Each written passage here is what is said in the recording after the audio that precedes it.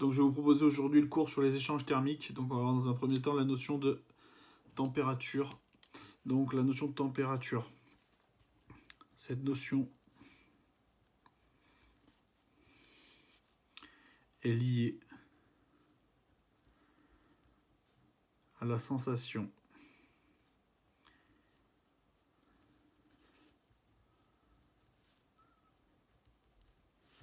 de chaud et de froid.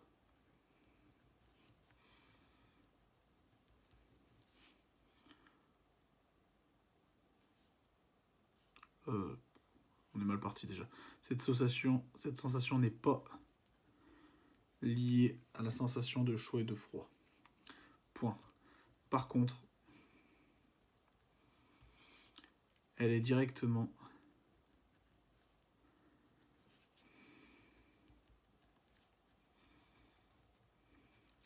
liée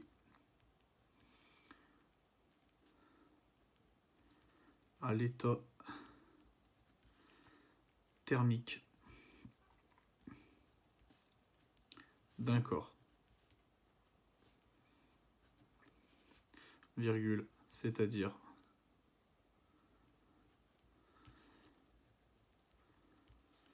A en rouge, l'agitation thermique des molécules.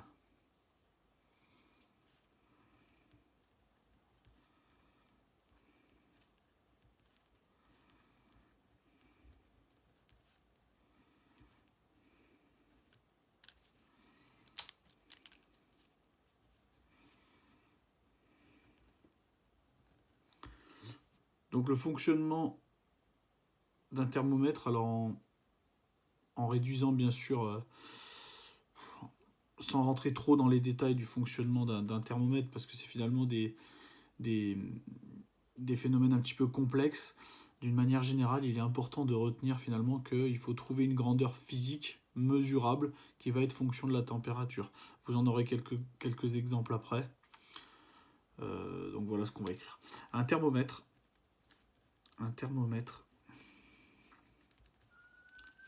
est un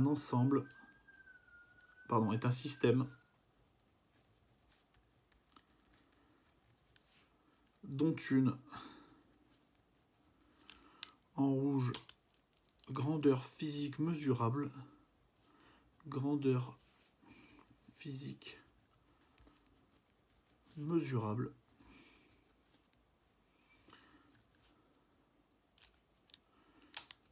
est une fonction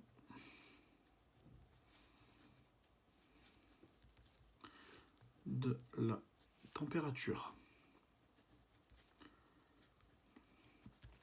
Point. Donc vous avez quelques exemples. Donc les échelles de température, il y en a deux qui sont à connaître. On met généralement de côté le Fahrenheit, qui est l'unité utilisée essentiellement aux États-Unis. C'est une unité qu'on n'utilise jamais. Après, si ça vous intéresse de voir comment on calcule une température en Fahrenheit, on pourra en discuter quand on se voit, mais voilà, pas très intéressant. Donc il y a deux échelles de température. La première, celle qu'on utilise quotidiennement, parce que c'est ce qu'on entend au JT, aux différents journaux, c'est l'échelle Celsius.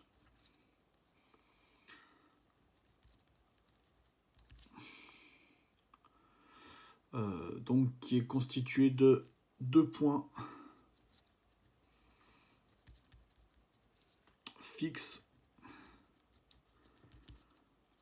Le 0 degré Celsius, c'est donc la glace qui fond, et le 100 degrés Celsius, qui est donc l'eau liquide qui s'évapore. Voilà les deux points importants, et ensuite tout s'articule autour de ces deux points. Une petite précision importante, ces deux points de température sont à pression atmosphérique, c'est-à-dire aux alentours de 1 bar. Et donc il y a une deuxième échelle, c'est celle qu'on va utiliser dans les calculs parce que c'est l'échelle légale. C'est le Kelvin.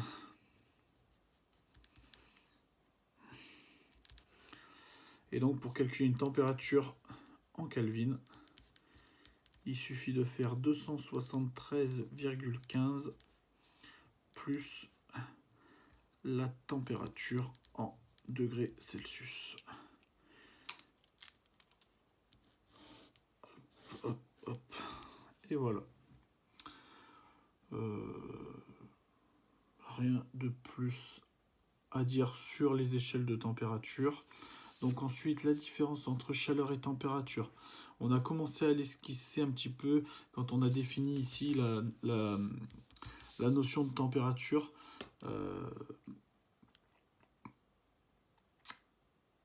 Donc on dit que la notion de température, elle n'est pas liée à la sensation de chaud-froid.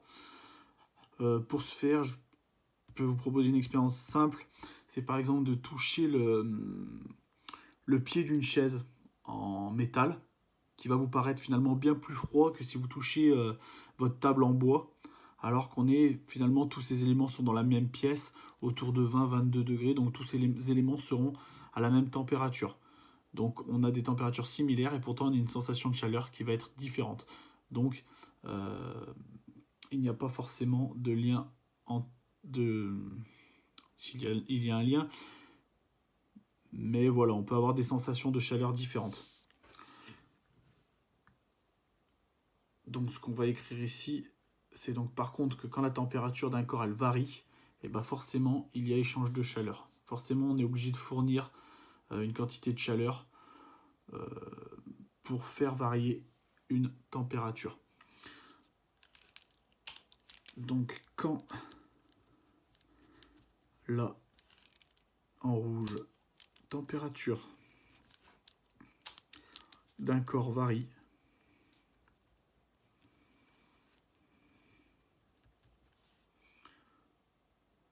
pardon, en rouge varie,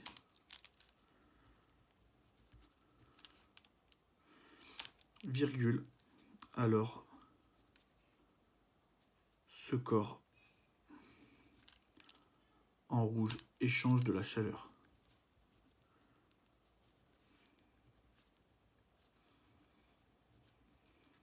Point.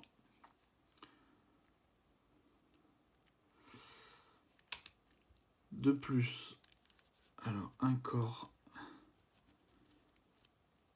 peut en rouge échanger de la chaleur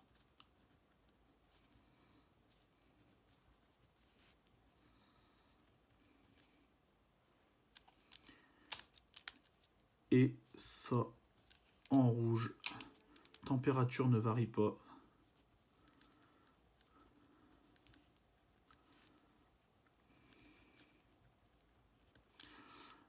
Là, on est dans le cas un petit peu particulier, de points de il change d'état physique.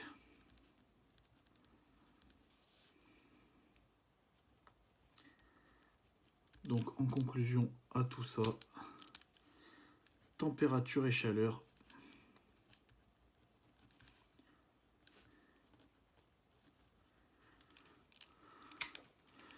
sont deux grandeurs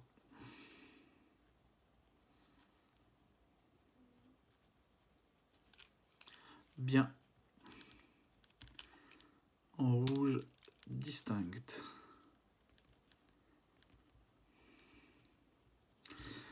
Ok, donc après je vous laisserai voir, il y a un petit paragraphe sur la conduction thermique, notamment la conduction thermique des matériaux. Et ensuite, donc, on en arrive au paragraphe sur les échanges de chaleur. Un petit rappel, s'il n'y a pas de changement d'état, Q égale MC, pardon, vous voyez pas. Donc, s'il y a changement de chaleur sans changement de matière, Q égale MC delta T. Avec, je vous ai mis quelques C en exemple. Bien évidemment, le jour de l'évaluation, toutes ces capacités thermiques massiques seront données. Voilà.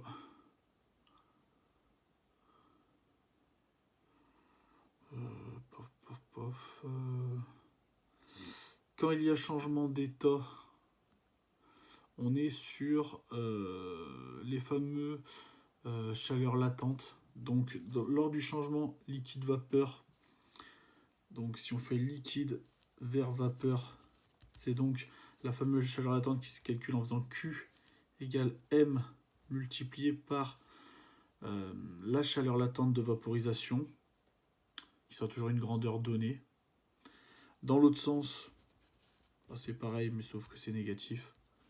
C'est moins M fois LV. Pour ce qui est du changement solide-liquide, c'est sensiblement la même chose. Si on passe de solide vers liquide, on a notre quantité de chaleur qui est la masse multipliée par la chaleur latente de fusion. Et de liquide vers solide, on rajoute le petit signe moins, la masse multipliée par la chaleur latente de fusion. Moins la masse, pardon, multipliée par la chaleur latente de fusion. Ensuite, il y a un petit paragraphe sur l'équilibre thermique que je vous laisserai lire. Et ensuite, un petit carré sur qu'est-ce que le principe des échanges. Donc le principe des échanges, c'est en fait ni plus ni moins que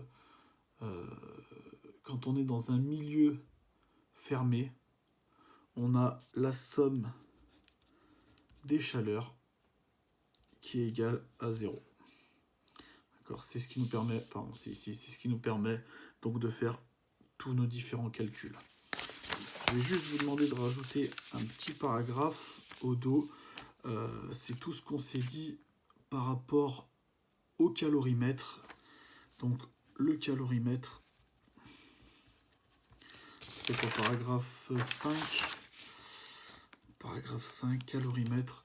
Donc on va voir les trois possibilités pour calculer la chaleur du calorimètre.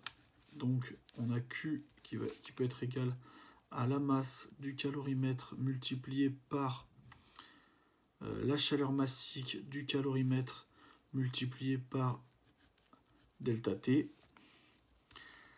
La quantité de chaleur, ça peut être la capacité thermique globale du calorimètre multiplié par delta T. Et ça peut aussi être la valeur en eau du calorimètre. C'est la masse en eau, c'est la valeur en eau du calorimètre multiplié par la chaleur massique de l'eau et multiplié par delta T. Les trois marchent bien et donc c'est en fonction des données qu'on va voir celles qu'il faut qu'on utilise. Voilà. Recopiez bien ce cours, analysez. S'il y a des questions, on se voit demain. Si vous n'avez pas le temps de me le faire d'ici demain, je vous laisserai un moment pendant la séance. C'est assez rapide. Donc voilà. Passez une bonne journée et à demain, messieurs.